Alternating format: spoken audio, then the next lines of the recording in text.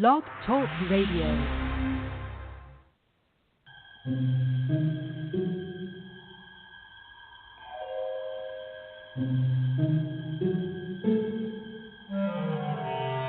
Archangels, ghosts, and Bigfoot, oh my. It's just another night for Supernatural Girls. Real stories, real answers to life's biggest supernatural mysteries. And now for another exciting interview with paranormal experts from this world and others. Here's your host, paranormal researcher Patricia Baker, on the one, the only, Supernatural Girls.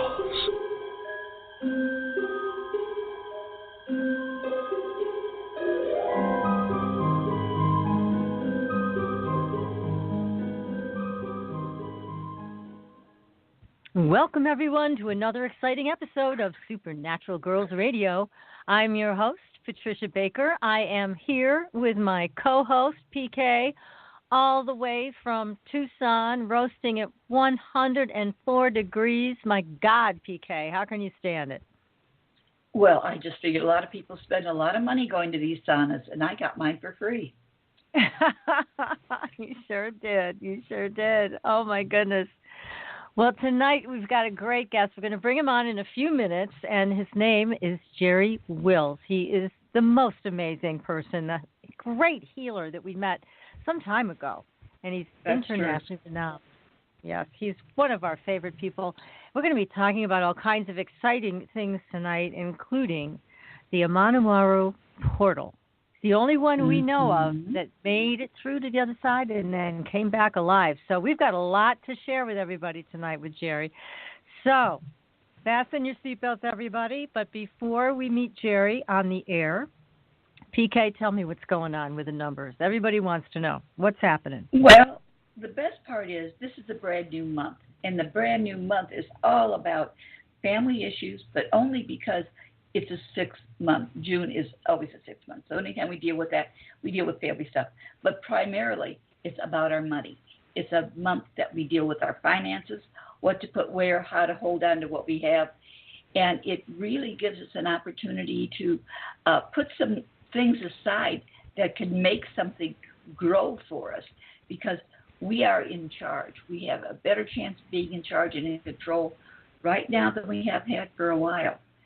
And the good part about this is there's some issues that deal with our taking a look at how to learn not only what's going on around us, but how to teach ourselves a better way of handling our finances.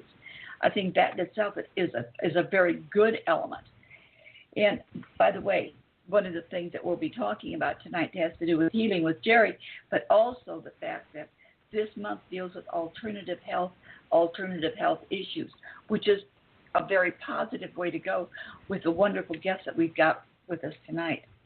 So all in all, it's a very good month for everybody if they pay attention to what they're learning, what they're being told, and how to take the best of the best out of everything that's laid in front of them right now.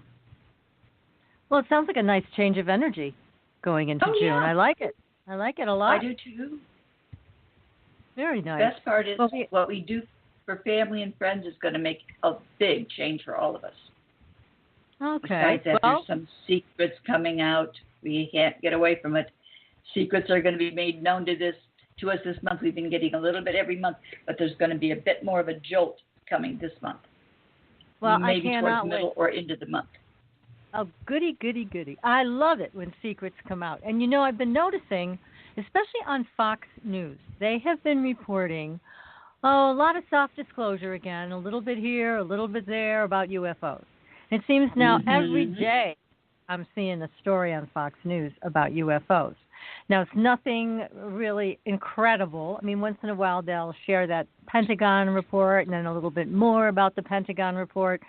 But it does seem that they are doing this on purpose. I mean, you have to ask, everybody's asking the same question.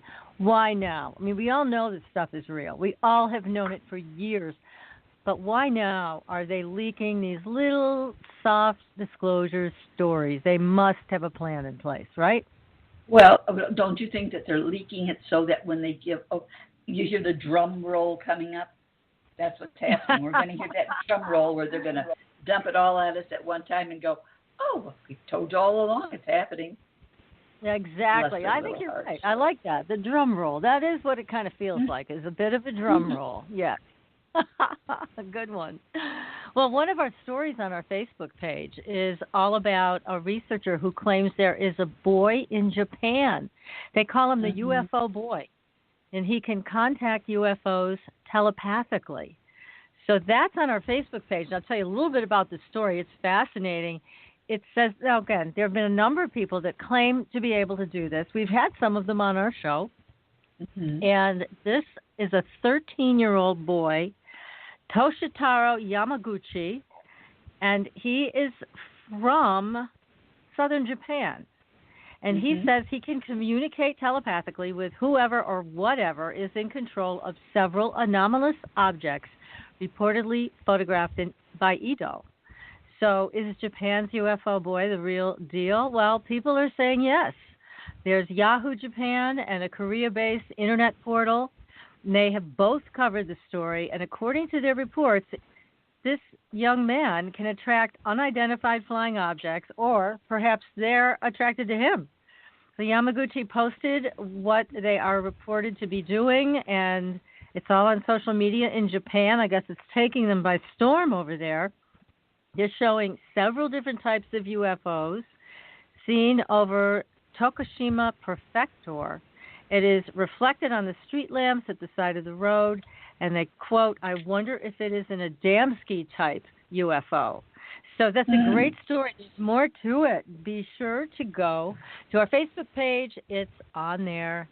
So give us a like, follow us, and also be sure to visit us at supernaturalgirls.com.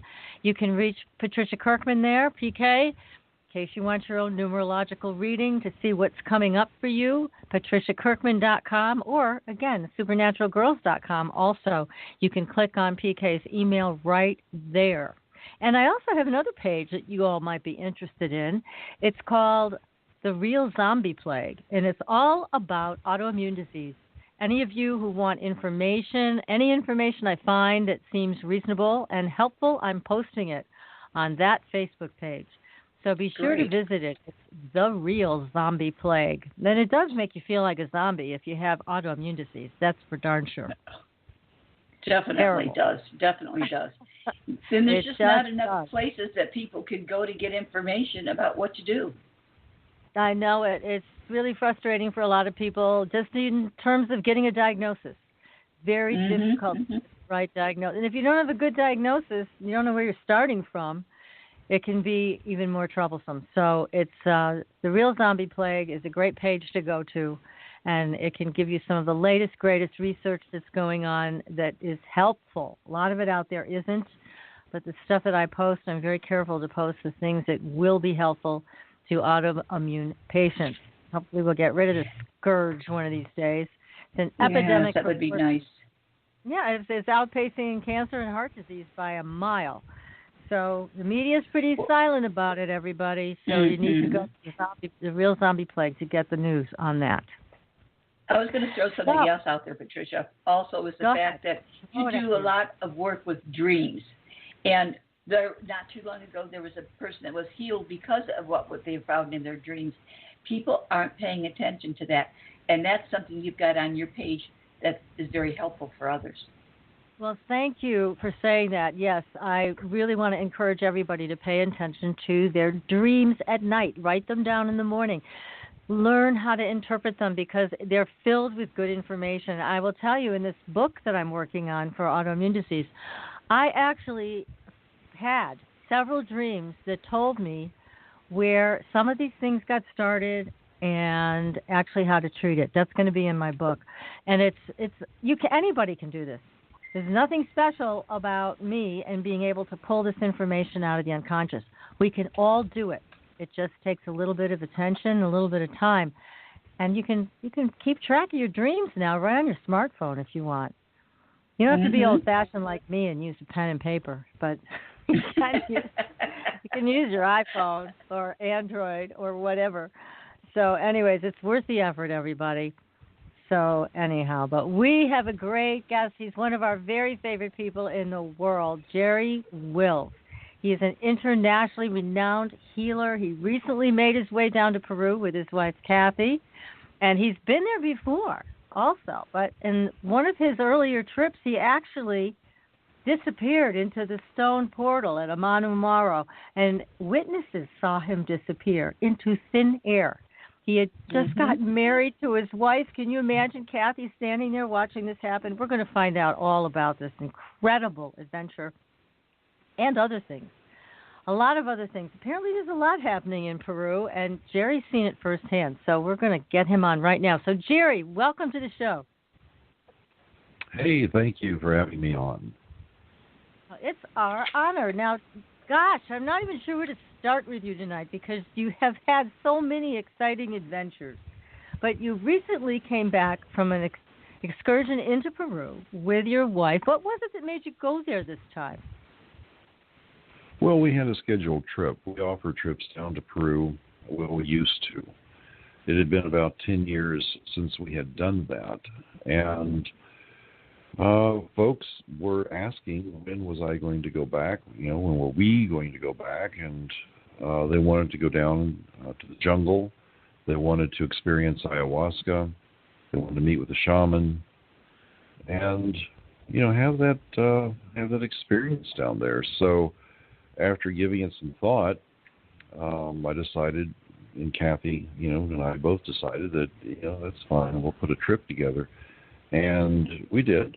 And surprisingly, there was 17, 18 people with us. It was really good. They came from all over the world. It was a really great trip. Now, I was watching you on Facebook because you posted some wonderful videos traveling down the river and all. And, I mean, it looked incredible. And then you'd go and sit at these very busy cafes. It seemed like they were out in the middle of the street. It was a fascinating contrast. Mm-hmm. Yeah, it's quite rustic down there. I mean, they do have elements of sophistication. We used to live in Iquitos, and from what I could tell, very little has changed in the past 10 years or so. But, they do have internet, and they do have cell phone service, and the places that we were taking people to were basically the places that Kathy and I used to like to go to when we were living there. What a nice trip. Now, I know you can only talk a little bit about this great mystery that's happening in Peru with the mummified aliens. But if you could, please share with us as much as you can comfortably about what you know about this, because you're right there firsthand. Yeah, well, it goes back to when we were living in Peru the last time. We lived there twice. Once in the jungle for a year and once in the Andes for a year, because we look for lost cities. And so, we're interested in plant medicine as well. Kathy is really into herbology. So consequently, living in the jungle was right up her alley, and it was fun. And when we lived in the Andes for a while, we were frequent between there and living in a really nice place in Lima, nice places in Lima. We had shot some video down there because it's when we were kind of at the inception of Expeditions TV, which now is, it's been up there for years, and all of our documentaries are up there. They're free for everyone to watch. If anyone listening is interested, it's Expeditions with an X, not EX. So it's XPEDITIONS.TV. Well, we had a lead on a story. You see things on Facebook all the time. And it was no different back, that many years ago. I think it was in 2006, 2007. So it was over 10 years ago. And one of these things that was shown were these really peculiar holes that, visible from satellite, look as though they're in a very straight line going right up what appears to be a mountain. And it is called Humay, Humay. That's the name of the village nearby. And people were saying, oh, well, these are from extraterrestrials, some big mining machine, da, da, da, da. So we were at the inception of filming our second episode for Expeditions TV. It was called Secrets of the Sand, and it's still up there. People can go watch it. Well, we went to Humai, and it was while we were there investigating that we got a lead on something else at a place called Chichitara. Well, I never heard of a place like that before, and it was way in the middle of nowhere in the outback. And the reason it was so interesting is because we were told that there was a tomb with the mummified remains of extraterrestrials. Wow. So we had to, yeah, I know. We were very excited about it. And this guy wanted some money for us to be shown this. And, of course, we're just, we're scratching at trying to get up enough money to do all the things that are required of us down there, like eating. So, the little things. The little things. Thank God we brought enough clothes. So, we told this guy, we don't really have a lot of money. Just because we're from the United States and, we're down here doesn't mean we have money. It just means that we're down here. Well, he thought about it and said, okay, well, show up over at this place and I'll take you. So we went to the place the next day, and it truly was just down dirt roads and, up and down hills, and the road was barely there at all. And we end up at this spot, and we waited and waited. Well, it's just really hot there, really hot. Not only is it near the equator, but there's no clouds. It's just, sunshine, and you're really hot. So we waited for a while. He never showed up. But we knew we were in the right spot. And someone else showed up, and we were asking them about it, and they're like, well, I don't know where it's at, but it's right around here somewhere. If you climb around up here in the mountains, you'll be able to find it. So what do? We get out of the car. Well, we were already out of the car, actually, and grab a couple bottles of water, and we take off and go climbing. And we're combing that landscape. Found all kinds of really neat petroglyphs and so forth, but we never found the cave, the tomb this place was in. Later, we met up with the guy. He had some big emergency. His dog had gotten sick or something. It was real stupid. And he says, oh, yeah, well, you were only about 25 feet away from where this is. It's hidden. I have it hidden. Oh, dear Lord. Like, killer. Oh, hell. We never really went back there, but we did know from what he told us where this was at. So we found out more from him about what we would have seen, and he was quite descriptive with it all. And so we promised ourselves we would go back there at some point, but as things worked out, we eventually, I think it was shortly after that, we moved away from Lima and came back to the States, and we lost track of this guy. We always figured in the back of our minds we'd go back there and take a look at this next time we're in that area.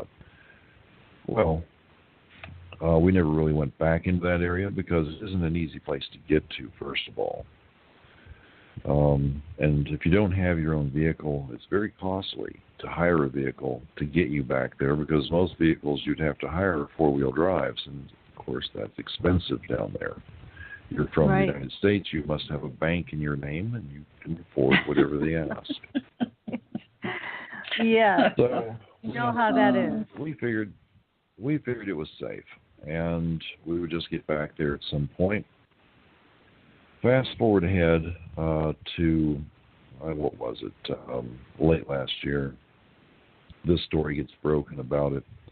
Everyone is just polarized. If it's not politics, it's religion. If it's not religion or politics, it's these mummies. And folks were going, oh, those are fakes. Oh, that's not real. And other folks were like, yeah, that's the real thing.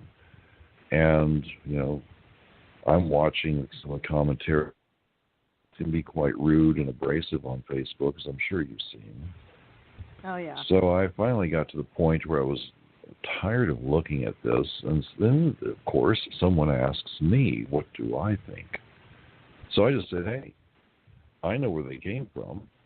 And, yeah, I believe they are extraterrestrials because of the information that we have. Well, then that threw me into one polarized point in opposition to everyone else that didn't think they were real. And so then there was more scandalous commentary. So I just backed away from it. I figured, you know what? These people are goofy. I don't need to partake in this goofiness.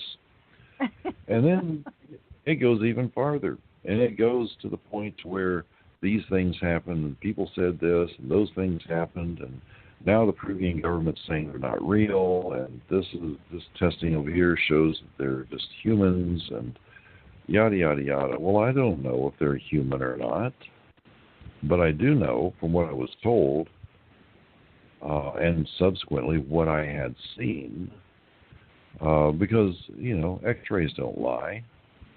And that's when we got in touch with another group that is totally, not involved in any way with any of the things you've heard or seen. They had a great deal of respect for what Kathy and I do, and a lot of knowing that if we said something was black or white, it was. And so we got involved, and that's when things started getting really quite interesting. I can't go into these details, of course, because what I know about this, if I could tell you, it'd blow your mind. But I can tell you this. Those mummies that everyone is like scratching their head about, they are not of this earth. They're not. What they are, I don't know. But those mummies, the big one anyway, it was not constructed by the Huaqueros. Those are the tomb raiders, grave robbers, Huaquero. It wasn't constructed by these guys. The fellow that was telling us about it was just a simple dirt farmer. And, he couldn't show us because his dog got sick, for God's sake. Must have been his best friend, I suppose. But he had nothing to gain by telling us as much in his descriptions as he had. There are some very prominent people that are involved now looking into this. And the thing that I think is kind of like the nail in the coffin for the skeptics, they don't know what I'm about to tell you. But about 10 years ago, a good friend of mine who lives in Peru was on an excavation with a team of archaeologists that were Swiss. And they legitimately were doing real archaeological work. They opened up this tomb, and inside was a mummy that had 3 fingers, 3 toes, that was covered in a white powder, and was pretty much a duplicate of what everyone is questioning whether it's real or not. He was there. He saw it. This mummy was taken away back with these folks, and no idea what happened to it after that. But the fact remains that there's now more than one mummy like this. That is from a verifiable source. There was another, and not even in this desert region. This is up in far north Peru, up near Ecuador. So there's more to this story than most people know. And I urge everyone just to keep an open mind. If it's just a bunch of hooey, then it is. You can sit back and laugh and go, I knew it was. But if it's not, then there is a door that opens that begs to be walked through, because there's something truly fantastic and remarkable about all of this. That in the desert regions and in the mountain regions, there are some fantastic structures and fantastic workmanship on stone that is impossible to duplicate today. I'm sure, a lot of folks have probably seen this on Ancient Aliens and on National Geographic and other resources, including Expeditions TV, because we've covered that too. But these places that are so fantastic, that have this level of workmanship. For example, if you go into the highlands of Peru, there is a place where there are these canals that are cut into solid rock. It's called Mayo. Now, sometimes this goes down 15, 20 feet, just a big square thing cut out 15, 20 feet down. It's just for water. It has various places along the length of this, and it's really very, very long. It comes across the mountains to carry water, where there are built-in pressure regulators, so the water always runs. And it's a mechanical pressure regulator, but it's in the design that's built into the rock. And people have seen this when they take a look at Mayo at Expeditions TV. But what they don't ask themselves, whether they're there looking or they're watching it, where did all the debris go from doing this? There isn't any. Wow. And none. That's pretty much what you find. Yeah, exactly. And you find the same situation with a lot of these megalithic sites. You don't find the scraps. Even with Machu Picchu, you don't find the scraps from how the stones were cut, or Sacsayhuaman, or any of these other places. Ollantaytambo is another good example. You don't find little bits and pieces of scrap. All you find is the megalithic site and the ground, and that's it. Now imagine taking this canal through a hill. You go through a hill, they carved a tunnel that's big enough for me to stand upright in and walk from one side of the hill to the other underground through solid rock. And to embellish it a little farther. You're like 6'9" or something crazy, huh? Yeah.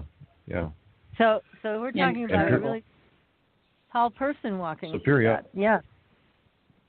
Periodically, from the top of the hill down to this channel, they cut skylights.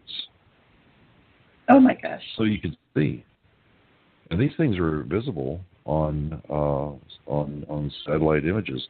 If you go to episode 14, I think it is, called Mayo, you'll see this. It's truly astonishing. But anyway, this is the technology we're talking about. So who did this? It's always fun to go, oh yeah, extraterrestrials did that. Maybe it wasn't. But who were these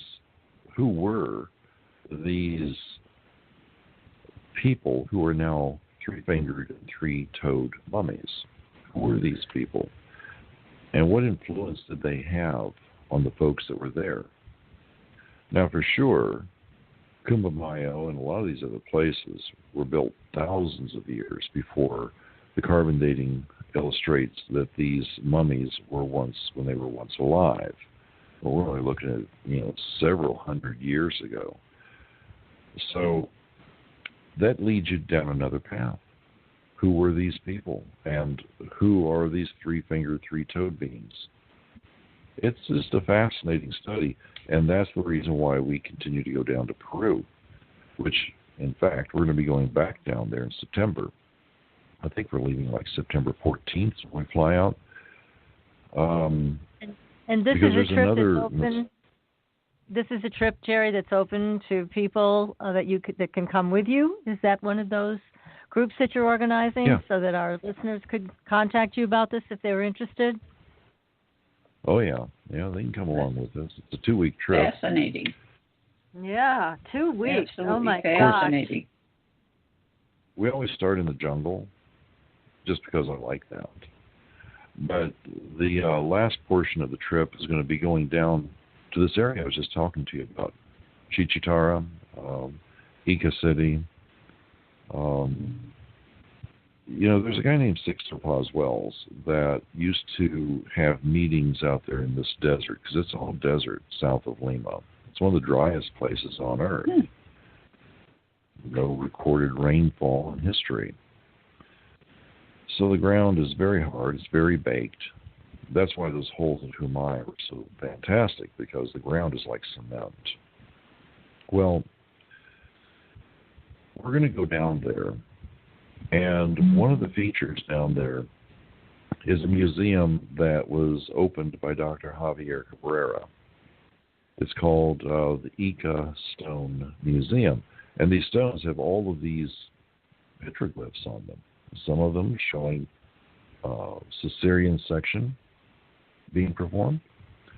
Others showing maps of the world. The world doesn't exist like that now. And then a whole range of other things, men hunting dinosaurs. I mean, it's just some fantastic. And there's thousands of these stones, just thousands. There's another 10,000 that the public has never seen. Well, I became friends with Dr. Cabrera many, many years ago, and I've seen some of these stones. But it was always a mystery where he got them from, until he told me. And I've always kept it kind of to myself. I didn't talk about it to anybody. But now there's a connection between these stones and those mummies. Oh, boy. So I thought... That's great. Yeah, I know. Isn't that something? So, yeah. I thought, wouldn't it just be a lot of fun if we went down to the desert and did some of the usual things we would do? I mean, people like to fly over the Nazca lines, which is really boring. The Palpa line. I love it that you're so honest. We're going to skip that one, PK. No Nazca lines tour. Okay. No. Well, you want to go to Palpa, because that's really the oldest. That's really where the old stuff is Palpa, which is the next desert over. It's across the valley. Anyway, I thought it'd be fun to do all those things, but then why don't we spice it up a little bit? You see, I thought it'd be fun to try to get to that cave at Chichitara, and I thought it'd be even more fun, maybe, to go to the cave where Dr. Cabrera found his stones, because no one knows where it's at, and no one ever goes there. And then to make it a really great trip, how about if we go out across the desert? Now, some of these sand dunes are a mile high. Oh, my goodness. It's like going across the Sahara, but these sand dunes are huge. So I thought, wouldn't it be fun to go across the desert and camp out in the middle of the desert, Bedouin style, and then the next day get up, we're on dune buggies, get up and go to the west coast of Peru, set up camp near the ocean, and then look for something that Dr. Cabrera told me was there. And what he told me was there are dinosaur bones and human bones in the same stratum of rock. Oh, my God. Goodness. Wow. What a trip this is going to be. Well, before you tell us any more of these secrets, we're going to take a very short commercial break, and then we want to tell everybody how they can get a hold of you in case they want to join you. This is a monumentous trip. My God. I think I might have to sign up myself. Okay, so everybody stay tuned. We're speaking with Jerry Wills tonight about the mysteries of Peru. And stay tuned. We are coming right back, and we're going to hear more exciting things. So just a very short break. Hang in there. Are you ready for a new experience of freedom and powerful connection? Would you like a positive, effortless change in your life? Then come to CosmicFusion.com, where we offer the most advanced energy clearing and expansion techniques in the world, with a quantum vortex energy to activate your divine blueprint and life's purpose. When your soul leads the way with cosmic fusion and quantum vortex energy, you can break clear of past difficulties and blocks with the power of the source. With Cosmic Fusion, the source energy does the work for you. It's easy and effortless. Listen to our free meditation right from our Cosmic Fusion website, the Cosmic Code Meditation. Sign up for one of our interactive webinars today. Come to Cosmic Fusion, www.kosmicfusion.com, to experience an effortless awakening and transformation. Are you ready for an upgrade? Are you ready for a new experience of living in the fifth dimensional magic and powerful connection? Then visit CosmicFusion.com today. CosmicFusion.com.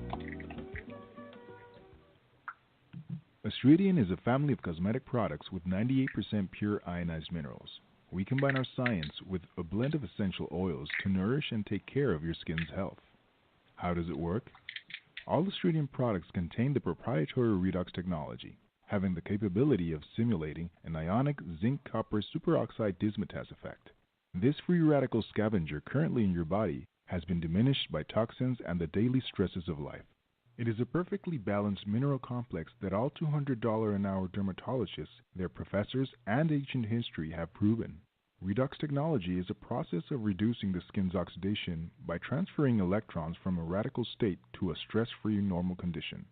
Oxidative stress is a form of cellular aging, and as science has proven, a precursor to disease. The free radical theory of aging states that organisms age because cells accumulate free radical damage over time. Damaged cells are not beautiful, but healthy cells are.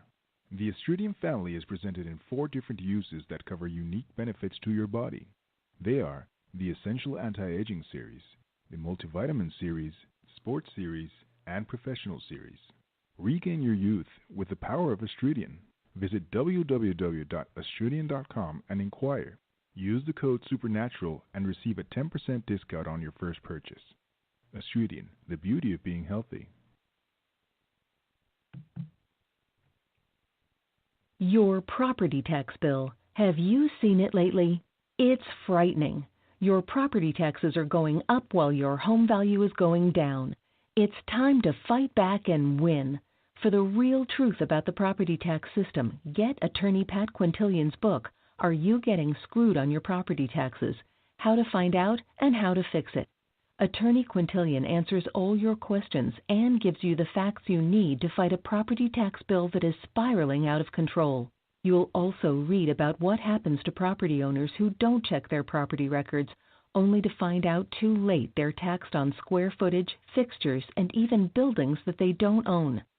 Is this happening to you? Learn your rights. Buy attorney Pat Quintilian's book today. Are You Getting Screwed on Your Property Taxes? How to Find Out and How to Fix It. Available on Amazon.com. Welcome back, everyone, to Supernatural Girls Radio. I'm your host, Patricia Baker. I am here with my co-host, PK, and our terrific guest tonight, Jerry Wills, an internationally renowned healer. And we're talking about all the wild stuff that's going on in Peru and this amazing trip that you, Jerry, and your wife, Kathy, have planned for September. So please keep telling us about this. It just gets better and better. Oh, thank you. It's pretty much commonplace for us.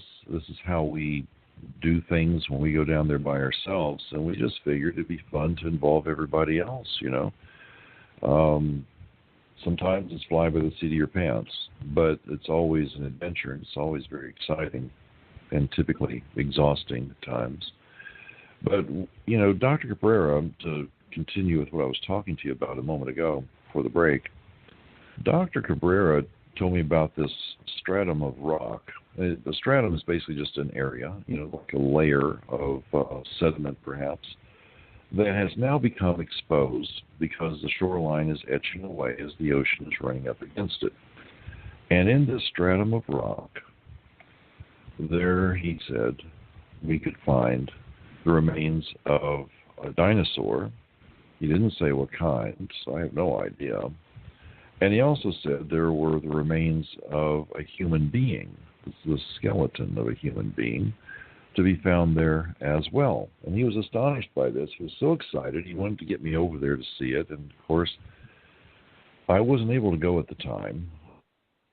Came back that we would do that. Well, he passed away before I could get back. So that was a bummer. Oh, no. But he did tell me generally where it was at. So I figured we do this Bedouin camp out in the middle of the desert, which is just stark and beautiful. It's just amazing. I've been out there so many times. It's just absolutely amazing. There's no light anywhere. You're just under the stars of the southern hemisphere in these tents. And then the next day we go to the west coast, which is about an hour roughly away from where camp will be set up. To get from Ica City to the western coast, it's roughly about 2 hours to get there. So we were going to camp on the western coast near the ocean, and I figured we have folks with us. Let's split up into teams. Let's go explore. Let's see if we can find this. We have dune buggies there with us. We can get some distance going and really do some interesting exploration. So that's what we would do. Just go looking around for part of the day, and then into the night, into the day, in the afternoon, we're back at camp, compare notes, and camp out there overnight, which is, of course, going to be amazing. And then the next day, we continue back north towards Paracas. Now, at Paracas, there's a museum there with these skulls. Well, there is in Ica City as well. We're going to see that. But in Paracas, there's a museum there with these elongated skulls. And it's a pretty nice museum, so we'll probably stop there as well. And I'm not sure yet if we're going to do anything much beyond that in Paracas. So, we'd probably just end up going back up to Lima, and then the trip for most folks, it depends if they want to continue with us or not, but for most folks it'd be over. And if they're interested, well, Kathy and I were talking about another place. We've got 2 or 3 places we're considering. One is called Marcahuasi. It's at 13,000 feet. And we go up there for a couple nights camping out at Marcahuasi. Now, what's so special about it is that Marcahuasi is strewn with these zoomorphic figures. There's all kinds of animals, faces of people, and not small, but I'm talking 2 and 3 stories tall. Like the face on Mars, for example. Yeah. Well, face on Mars, you find the face on Mars right there on Marcahuasi. So it's a duplicate of it. And Dr. Robert Schock had gone up there and checked this area out, did his thing, looking at the stones like he did with the Sphinx and the pyramids. And he concluded that the stonework up there is older than the pyramids. Oh, my. And Marcahuasi is a very strange place, and if you were ever going to be hoping to see a UFO, you can pretty well count on it happening there. Well, I'm glad you brought that up, because that was going to be my next question to you. I mean, here you'd be bringing all of us that want to go on this amazing journey out into areas where a UFO experience is really pretty likely to happen. Oh, yeah. Yeah, that's... it's an amazing area to see something like this. Now, have you and Kathy experienced any extraterrestrial contact while you've been in Peru? Yeah. Oh, yeah. Yeah. Kathy wants me a lot of times.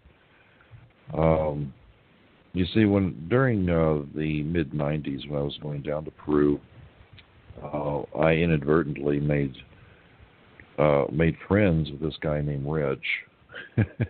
He was a nut. He said Barbara Marciniak had just come out with this book called Bringers of the Dawn. So that'll kind of date it when it was, because I don't remember exactly what year it was. But she'd come out with this book, and then here in Phoenix, everybody is walking around now talking about, I'm a Pleiadian. I'm channeling the Pleiadians. It's like, give me a break. Mm-hmm. Well, here's this guy, Reg, climbs up on top of the bus with me on the way up to Machu Picchu, which is not what people normally do, but it was more of an adventure going up that mountain on top of the bus than it was sitting in it.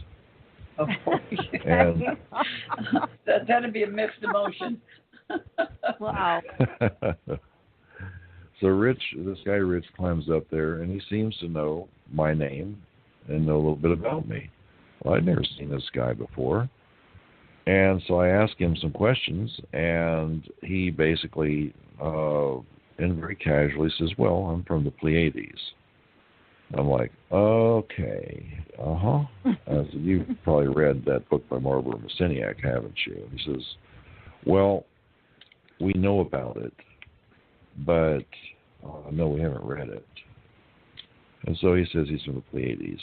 Okay. Next thing you know, we're at Machu Picchu. We continue talking. He's a very unusual man, very, very bright. So he's an anthropologist. He'd been up to Venice Beach. He was studying the culture there at Venice Beach for the past 3 months. He just had to get back to something that was more like home, which was on top of mountains in the Andes. So I said goodbye to him. He was going to go up to the top of Huayna Picchu. Well, if you look at a picture of Machu Picchu, in the background, you see this peaky point of a mountain, and that is something you can climb. It's called Huayna Picchu. It's difficult. Fastest I've ever gotten up there was an hour, and most people take, an hour and a half. The Sherpas get up there in about 30 to 40 minutes. Well, said goodbye to Rich. He goes off down the trail. He's going to go up to the top of Huayna Picchu. There's a fellow with me, and he has these great big binoculars. They were almost like cartoonish. They were so big. And he's looking around, and he had kind of casually strolled up. He had seen me talking to this guy and kept his distance. He's part of the people that I had taken down there. And he asked me a little bit about the guy. I said, I don't know. He says he's a Pleiadian. And just within 2 minutes, and we're just walking casually there across one of the lawn areas at Machu Picchu, and he goes, hey, there's that guy you were talking to. And I said, no, that couldn't be him, because he can't get up there that fast. It's only been like 10, 15 minutes. 15 tops, 10 most likely. He goes, no, I think that's him. So I said, let me see. I took the binoculars, looked up there, and sure as hell, there's this guy, Rich, sitting there staring right at me, waving, with a big smile on his face. Wow, what a shock. So, that went on. That the friendship continued past that point for several years, and he introduced me to the others that he was there with, and their thing was they wanted, because they were sociologists and anthropologists, they wanted to have permission to talk to the people who were with me in Peru on these trips. He thought that I was bringing some very interesting people with diverse backgrounds but similar interests. And he wanted to have permission so that they could talk to them, kind of pick their brains and find out a little bit about them. I said, yeah, that's fine. I don't see any reason. He said, just don't tell them we're Pleiadians, okay? And I said, no, I won't do that. So I never did. So fast forward, Kathy and I got married, and we're down there, and we're on another trip.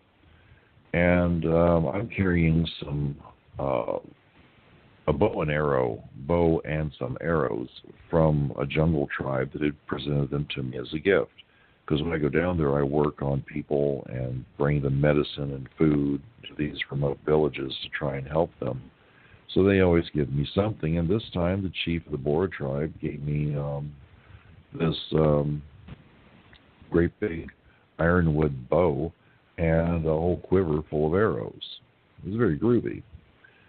Yeah. Well, when I was leaving Lima to go to Cuzco, they didn't like the idea I was carrying this stuff along. So they were going to confiscate it. Well, this tall African-American looking guy walks up, and he had the most vivid blue eyes, and he told Kathy, here's what you do. And so she did it, and we got him, on to Cuzco, no problem. When we got to Cuzco, we're walking the streets. This was the next day. And this fellow walks up to Kathy and I and smiles. Says, so did you manage to get, your bow and arrows with you? And Kathy says, yeah, thank you. You really saved the day because I did exactly what you said. He says, good. I'm glad I was able to help. And he wished us a good day and just sort of looked at me in a kind of a half grin kind of way. And he turned and walked, and Kathy and I are watching him. He gets to the other side of the street and just vanishes. Oh, my God. My goodness. And that's one of the things that I've seen the Pleiadians do. They have this technology that they just go. So I was pretty astonished by all that, and Kathy was too, because she finally got to meet one. And here they are in Peru, and you're saying that they feel at home in the mountains, so the Andes is a perfect place for them. That's what they choose, where they choose to be? Well, I guess those guys anyway. He said it was, the highlands of Peru was most like home, where his home was. He had a name for it. I don't remember now what the name of the place was. It wasn't anything I'd ever heard anywhere else before. But, it might have been the name of the town or village or who knows what. But, he was pretty happy being there because they felt that was more like home than just about any place else that they were at around the earth.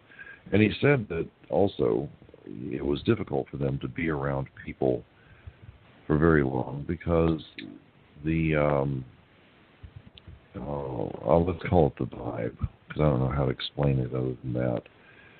The vibrations, the psychic or etheric or whatever, that they just didn't really, that they stayed in it too long, that they started moving in that direction with their own vibe, and they didn't like doing that. They could be in it for a few months from it to really recenter and get back to the reality of who they are.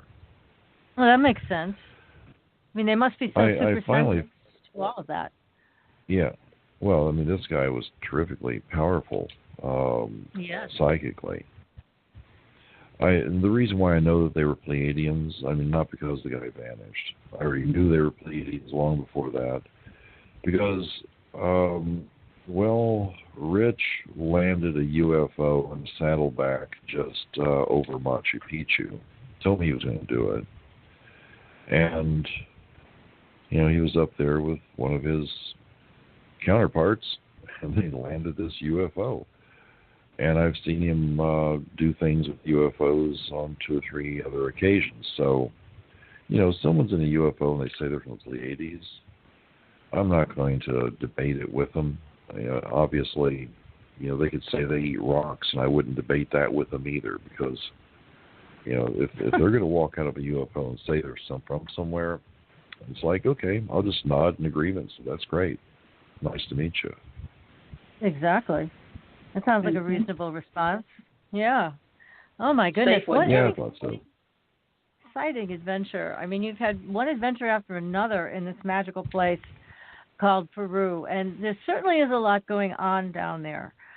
No question about it. And it's interesting you mentioned the dinosaurs and human beings living together, because next week's guest is an expert on the Akambara figurines, which tell the same story, that people and dinosaurs live side by side, which is something that our history is not telling us, at least the traditional history that's been forced on us.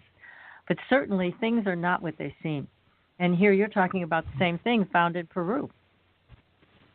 Yeah, well, I mean, you can find it in the archaeology museum in Peru. You find it all over the place. I mean, it's just kind of a given in some of the ancient pottery that I've seen. You have people hunting these long-necked dinosaurs. In one instance, there was some guy riding this dinosaur. And, of course, conventional wisdom is that that's just imaginative. But you have to ask yourself one important question. If they'd never seen a dinosaur, how the hell could they draw one? Exactly. Right. It's not Exactly. like we're watching about this about on this stuff on TV. No I mean, they replay. had to have that experience. Yeah, they didn't get to see ancient aliens back then. So yes, they had to have had a personal experience to be able to recreate that the way they did. Absolutely true. Yeah, Amazing. I agree with that.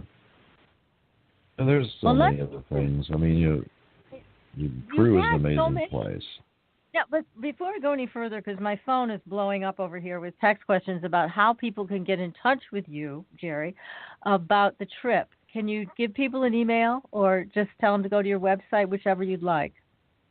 Yeah, there's a contact form at jerrywillsshow.com. Use that. That's where we're going to be advertising the trip this time. Last time it was at jerrywills.com, which is my healing site. This time it's going to be done through our broadcast site, jerrywillsshow.com. It's WILLS, jerrywillsshow.com.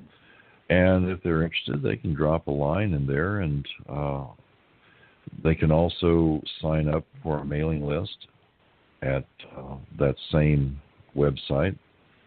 I mean, it all comes in, funnels down to one email address anyway, but it's easier to have them do it that way instead of trying to spell it out.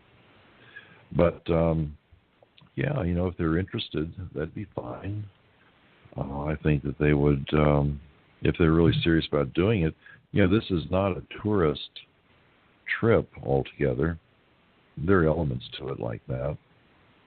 But, the nuts and bolts of this trip are adventure and exploration and not seeing the typical tourist sites, aside from, things like Nazca and that sort of thing.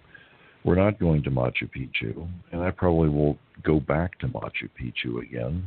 I won't say ever, but I doubt that I'll go ever because Machu Picchu has been turned into a tourist trap.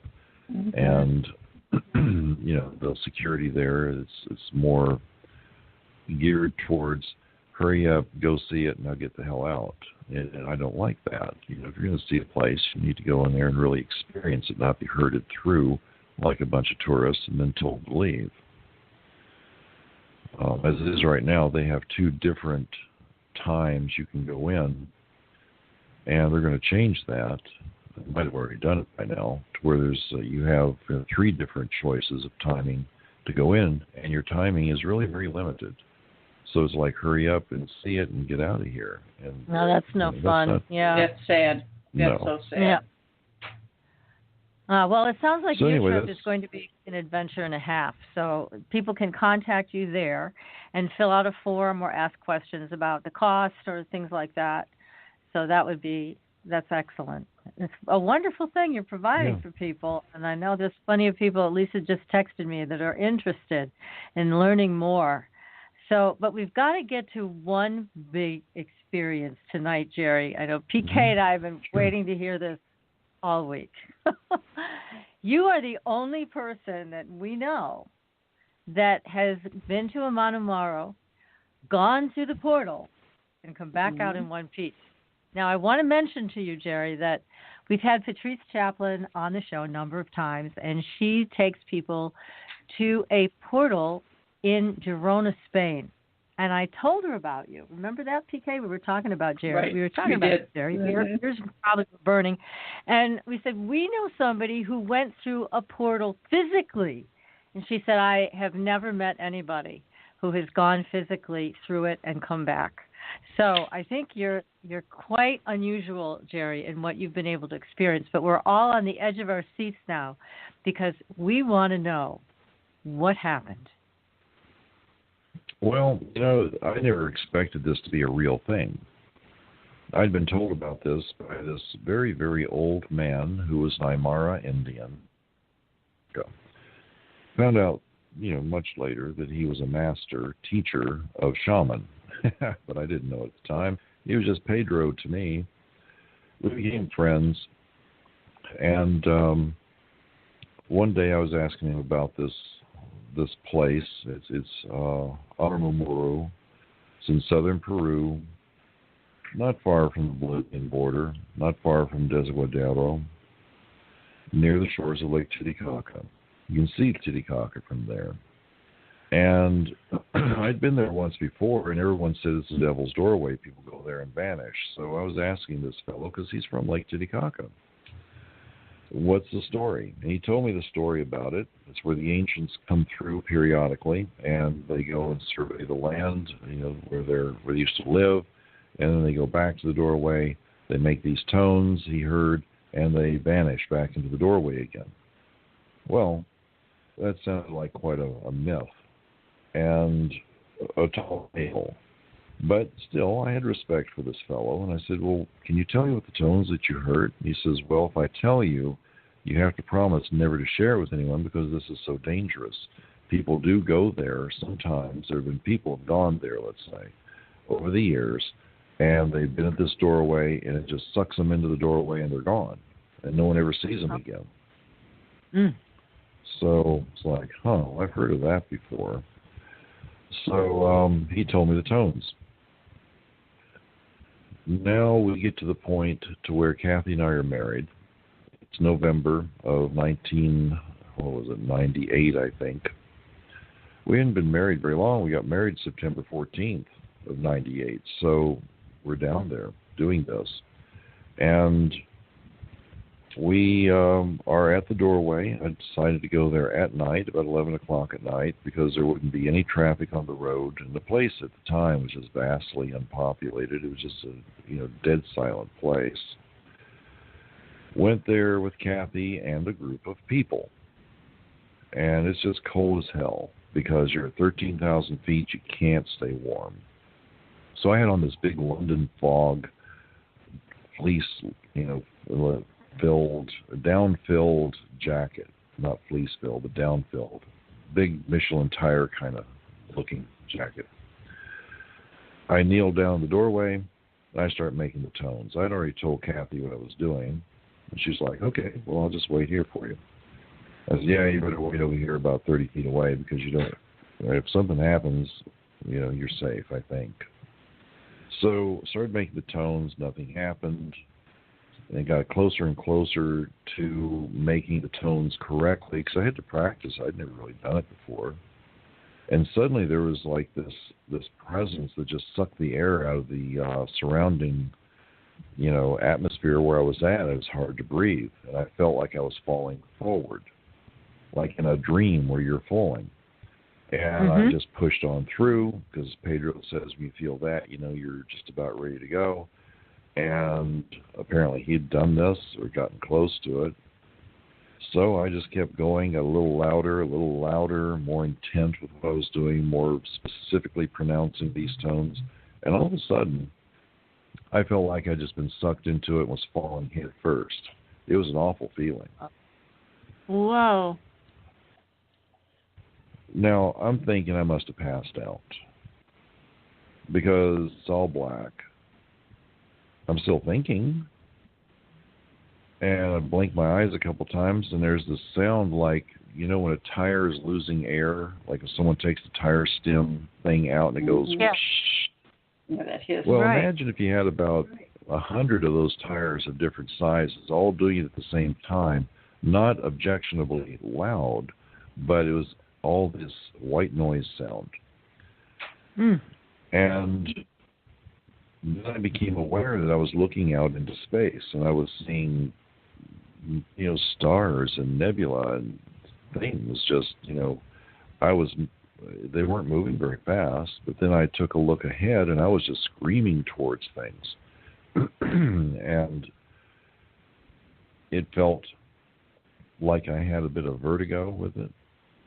Not badly. Maybe I was weightless. I don't know. But now, I eventually at that point, ended up. Did you know that you had passed through the door, that stone door, at that time? Not really. I thought I was passed out, having a dream or something. Okay. And poor Kathy, the other side of that door. Well, yeah, and that's the thing. Kathy's version of this is she's watching me do it. Suddenly I start to glow with a bluish-white glow, and then I'm just gone. And so she blinks her eyes and stands up, and she goes closer to the door and looks and calls my name. I'm not there. Other people that were with us were like, well, what happened to Jerry? And so they were kind of freaked out.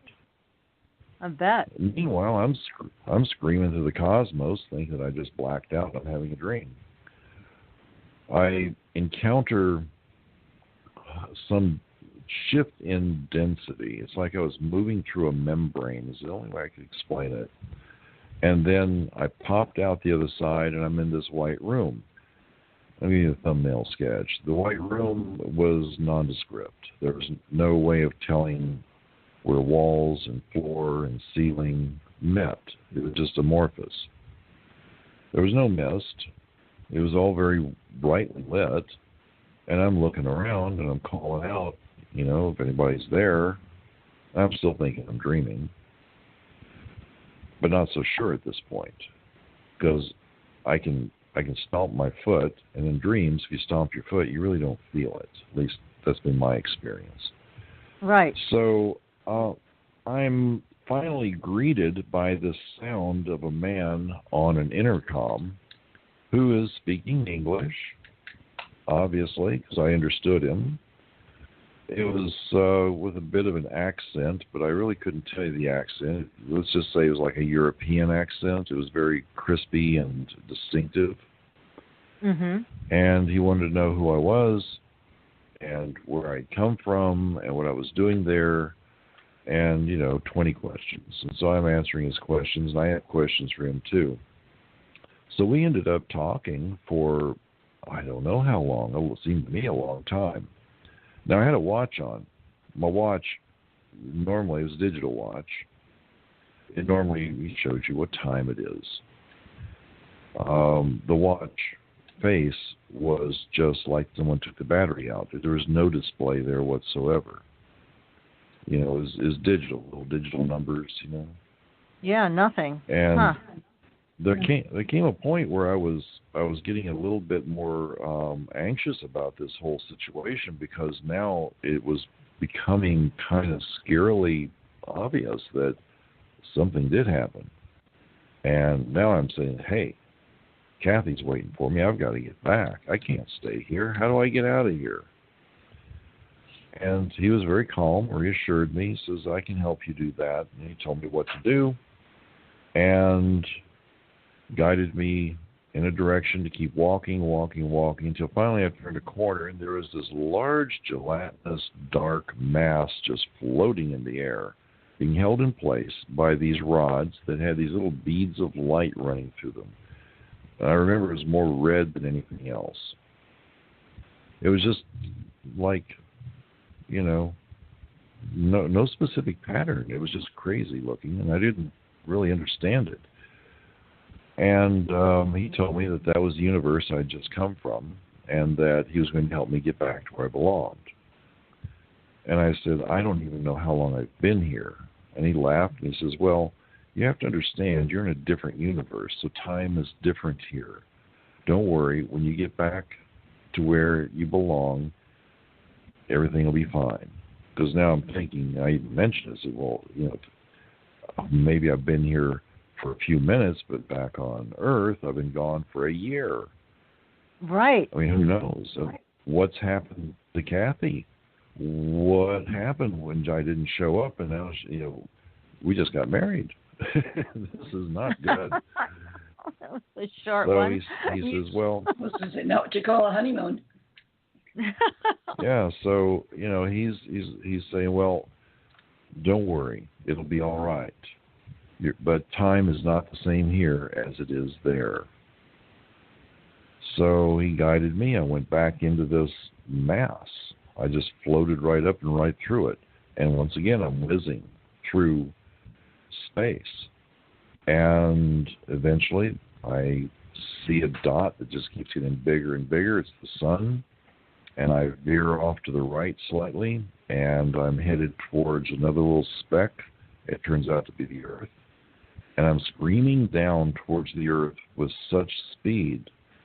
Within a few seconds, it went from being the size of a grape to just, couldn't see the horizons. I was just screaming towards it. And I'm thinking, oh my God, I'm going to die. I closed my eyes, gritted my teeth, tensed up, and then suddenly the sound of hissing was over again. And I'm looking around, and I'm inside a chamber, and as I'm looking forward, I can see Lake Titicaca. I can see Kathy out there with her head in her hands, and the people I was with, I don't see them. I don't know where they went. And so I'm like, oh, thank God. So I get up, and I try to get through this opening, and I can't. It was transparent, but it was a wall. Well, I found the little notch where I put my head, and I start making these tones again. And I'm just freaked out. So I'm making the tones over and over and over again. So finally I must have hit it just right, and I fell right through this wall and landed on the other side. And Kathy said when that happened, she saw a glow, and then suddenly I just reappeared. Well,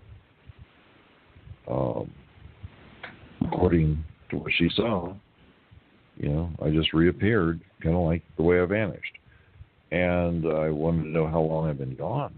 It seemed like a long time gone. It was only a couple of minutes. So I just, got my wits about me and said, we're leaving here. Oh, my goodness gracious. What an adventure. And now, honestly... go ahead, Jerry. I got a question for you. Go. I was just going to say, honestly, it just scared the holy hell out of me. I didn't like that at all. I bet. And because you never saw, when you were in there, when you had passed through this universe, streaming through it, and then you ended up in the White Room, and you heard this voice over the loudspeaker type thing. You never saw who it was, right? No, I never did. Did you see anything at all in the room? No, nothing. It was just completely nothing except, when I walked, I saw this black amorphous gelatinous shape floating in the air, supported somehow by these rods, but that's all. I didn't see anything else there. But you did get a chance to ask this disembodied voice some questions. What did you ask? Where am I? And what is the story about this doorway? I asked a lot of questions. Some of them I don't even remember what I asked, but I bet. I think so. But what did he the things say I remember, when you said, where am I? Well, he told me that I was on another world. And I said, where is this world? He says, it's in another universe. And I said, what does that mean? And he said that there are layers, just like an onion.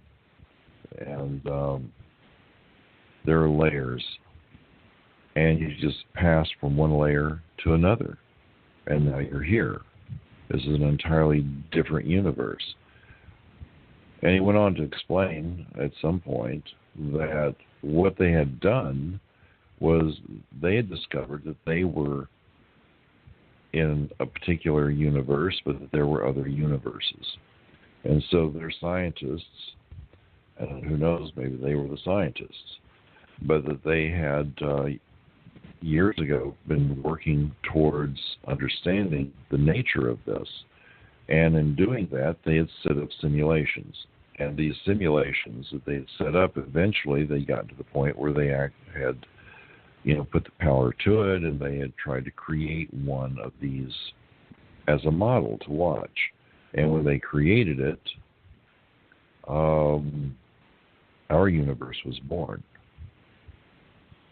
And they had watched this thing grow very rapidly, and they were worried that it was going to overwhelm their universe.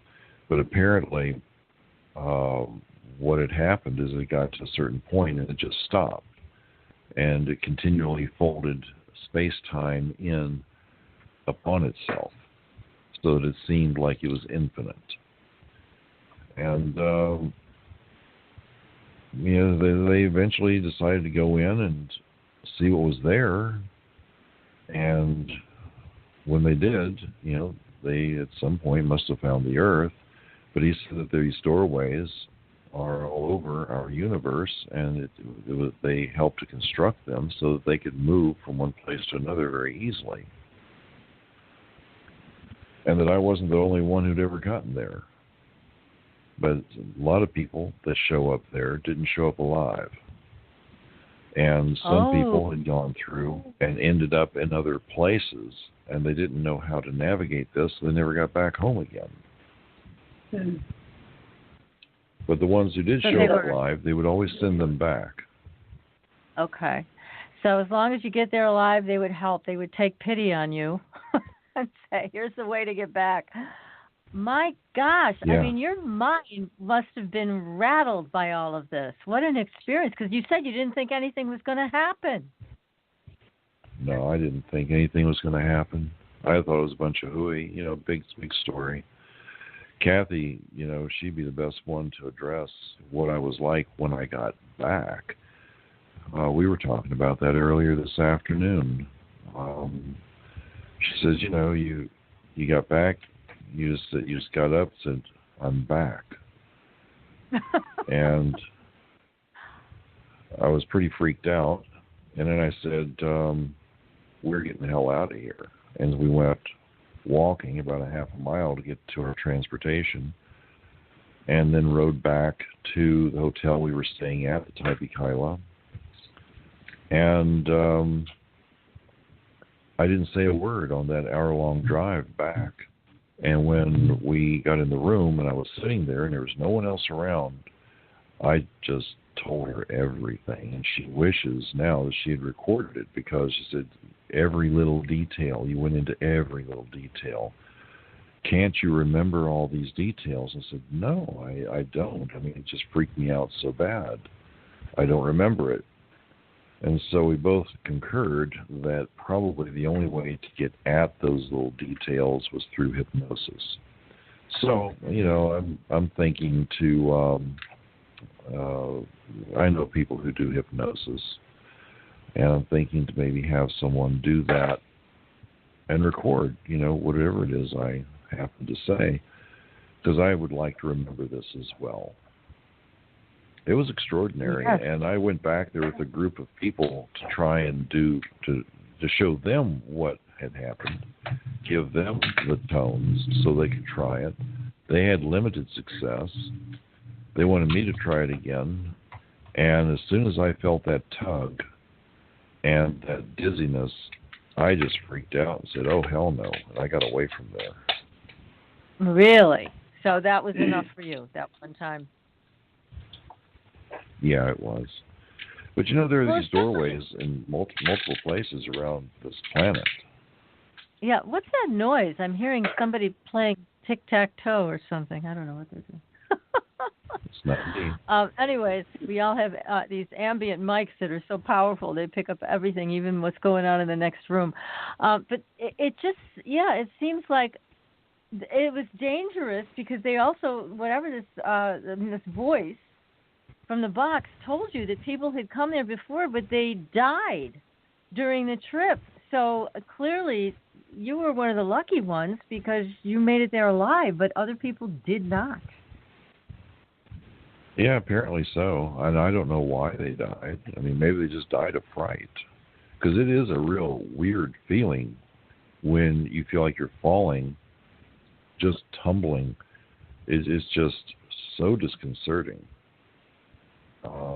And then you open your eyes and see all this panorama. Yeah, I suppose people could die of fright from that. I didn't, thank God. But thank goodness for that. I thought, I was just having some weird dream, and I'd passed out, and that's what it was. I'd never passed out before, but, it could always be the first time. And I just didn't want to believe something like that was happening. Yeah, that this was a totally physical experience. I mean, and that, like you said, that might have been what scared people to death is going through this, and they didn't have the ability to cushion themselves by thinking this was a vision or a dream. And so they could have died of fright just from that, or who knows? I mean, you're passing through this very powerful energy force, right? I mean, something that sucked your body in through a solid stone doorway. Well, and you have to also understand that there's a great deal of superstition and belief in the supernatural. And when this door is called the doorway, the devil's doorway, they might think they're going to hell. And that's true. Yeah. They don't have a point of reference. These folks are uneducated. They're dirt farmers. They own a shirt and their pants, and maybe one other shirt and pair of pants, no shoes. They're very, very simple folks. They're good people, but very simple. And having something like this, you sit there at the devil's doorway and it sucked you in, well, good God. You're going to hell now. The devil's got you. And, of course, it might scare them to death. Right, and there was no quick exit either. Once you were in that room, like you said, you couldn't tell the ceiling from the floor from the walls. It was just all one big amorphous room of white whatever. So I would think if somebody landed in there, they would feel like they were trapped. Well, and that's not the only exit point. There are other worlds that this thing apparently can take you to. And who knows? I mean, if it just switches on arbitrarily and takes you in, you might end up in some other world, some other place. I mean, there's Mount Maru that has a doorway very similar to this. I think that's in Tibet. But it's icy cold. It's a very, very cold environment. And it could very well be that, these folks happen to find themselves in that location, freaked out, they go wandering off, die of exposure. So who knows? I mean, it could be some other world, some other place on this world. These places are in caves. They're on top of mountains. We know of another one that's in Ecuador. So there's another one in southern New Mexico somewhere. We don't know where exactly. And, of course, there's that strange crystal plateau in southern Arizona that a kid jumped into this portal and he vanished. And so the locals, they made it off limits for everybody. Local Native Americans did. It wouldn't be until... Was it a Native American young man that disappeared? Yeah, he was playing with his friends. There was an archway there. And they were just dodging around having fun. He ran through this archway and he just vanished. And so the kids were freaked out. They went back, told the elders. The elders show up. They had a rabbit or a chicken or something. I don't know what it was. And they tossed it through it. Animal disappeared. And so they're like looking at each other going, this isn't good. So everybody was told to stay away from it. Even in recent days, the past 10 years, there's been a man who went there and camped out. Everything he took with him was there. His tent, his gun, his money, his clothes, all of it. But he was just gone. No one knows what happened to him. Kathy and I did a documentary about this place. It's called Doorway of the Gods. It's at Expeditions TV. And it's a hell of a story. That. Yeah. Oh, gosh. That is a fascinating story. Now, I have another question because you were saying, and I want to make sure I understand this, that the disembodied voice told you that they created our universe. Is that what you said? That they created our universe? That's what amazing. They said. It was this experiment. Well, that may be true, and that could explain a lot of things. Well, yeah, I mean, we consider I was there for what seemed like a very long time. But here I was only gone for a couple of minutes. Time isn't the same. And our universe is billions of years old. How many years is that to these other people? impossible to know. It just sort of makes my mind dizzy with the possibilities of what this really means.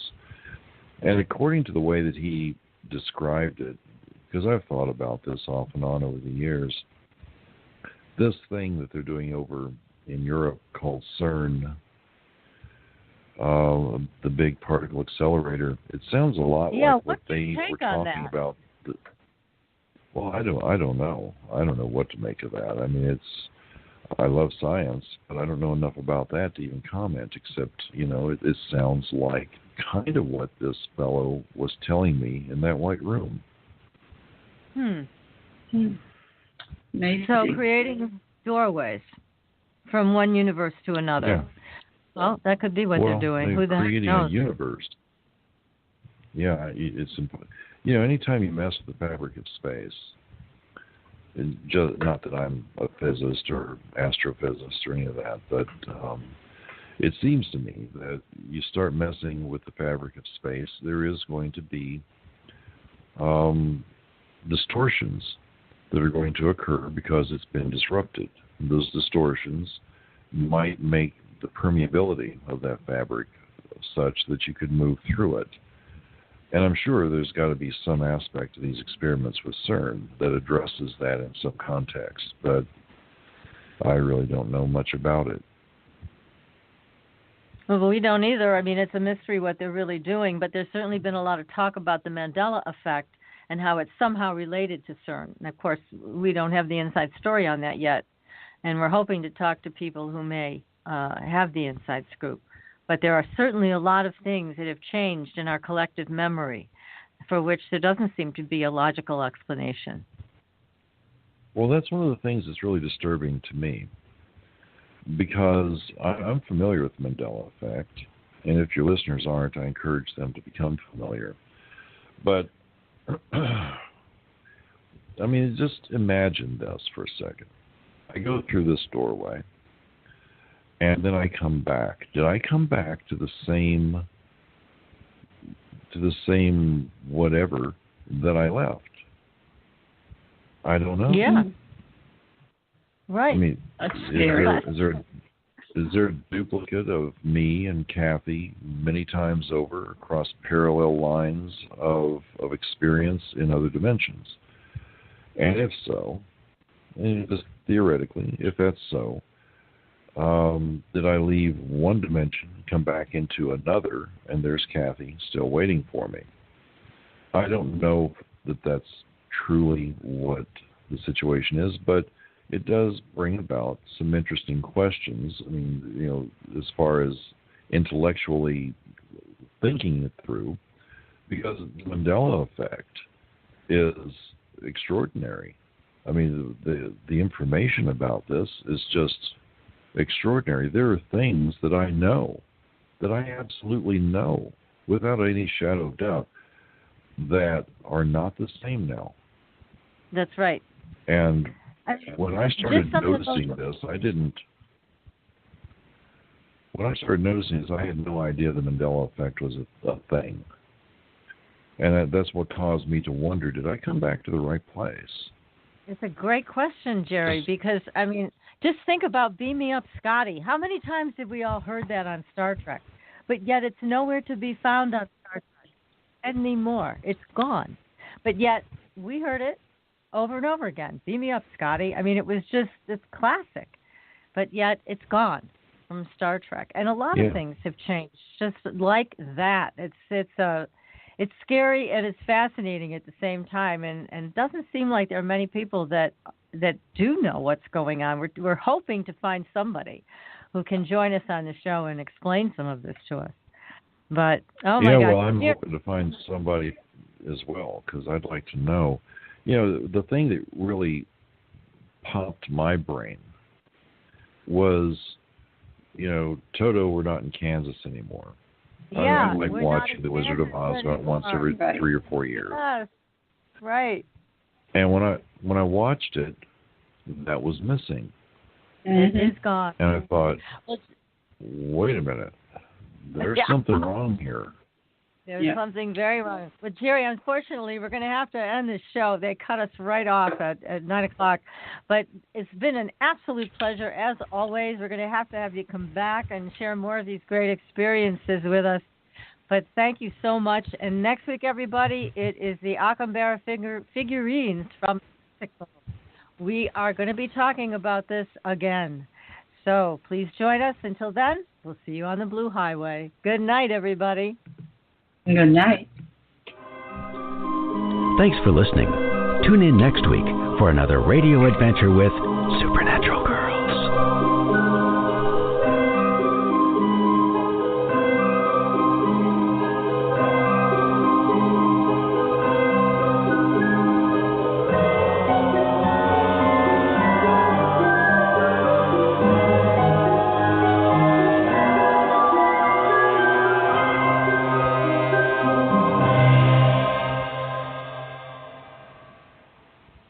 Jerry, thank you so much. This is fabulous.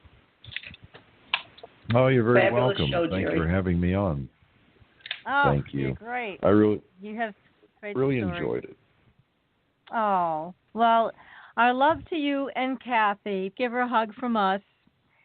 And we're going to have I you will. back on. Now, we're moving to Spreaker in the next couple of weeks, and so we'll definitely get you on when we're on that platform also.